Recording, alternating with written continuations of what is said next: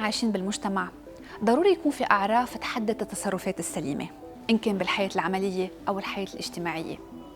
ضروري نعرف بمكان العمل كيف نتواصل على التليفون، كيف نتواصل عبر البريد الإلكتروني، كيف نلبس، كيف نعمل اجتماعات.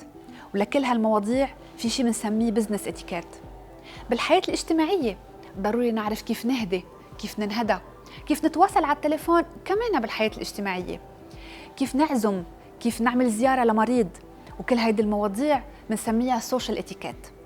بالفيديوهات يلي جاية رح نكون عم نعرض عليكم نصائح فيكم تستفيدوا منها لتحسنوا صورتكم إن كان بالمجتمع أو بالحياة العملية، وهيك بنكون عم نعمل شيء بنسميه بزنس وسوشيال اتيكيت.